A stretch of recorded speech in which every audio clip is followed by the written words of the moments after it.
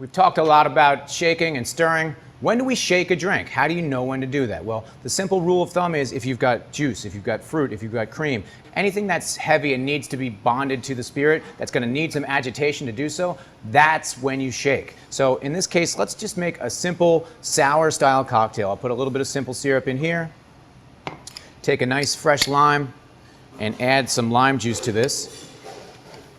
So I create my sour base of sweet plus sour. Now there's the juice component that I need. So now I know I need to shake. I'll add a little bit of spirit, maybe my 2-1-1 formula of creating a sour. That drink's done except for now it needs a good shake. So get my ice into the mixing glass, and here's what you need to do.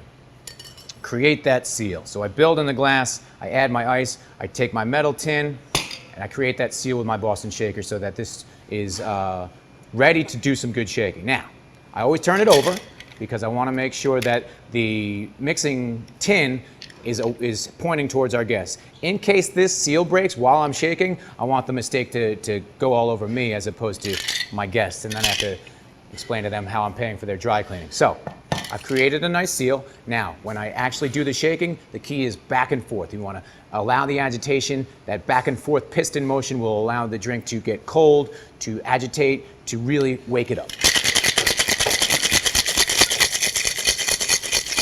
Just like so. It doesn't have to be fancy. You don't have to go up over your head. You don't have to do anything crazy. You just have to create that nice, heavy-duty back and forth shaking motion.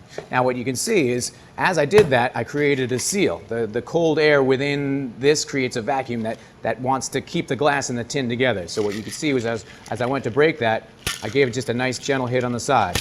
Do that a couple times, and what you're doing is you allow for a little bit of break in that seal. That gets your cocktail shaker split apart. Then if I'm going to pour it out of my tin, I'll grab my Hawthorne strainer and strain right into my pre-chilled cocktail glass. So if you're going to shake, practice that a few times. Get it down to the point where you look good doing it. Maybe you get fancy if you're feeling it, but the key is give it a hearty shake, bond those ingredients together, wake up the flavors, make great cocktails.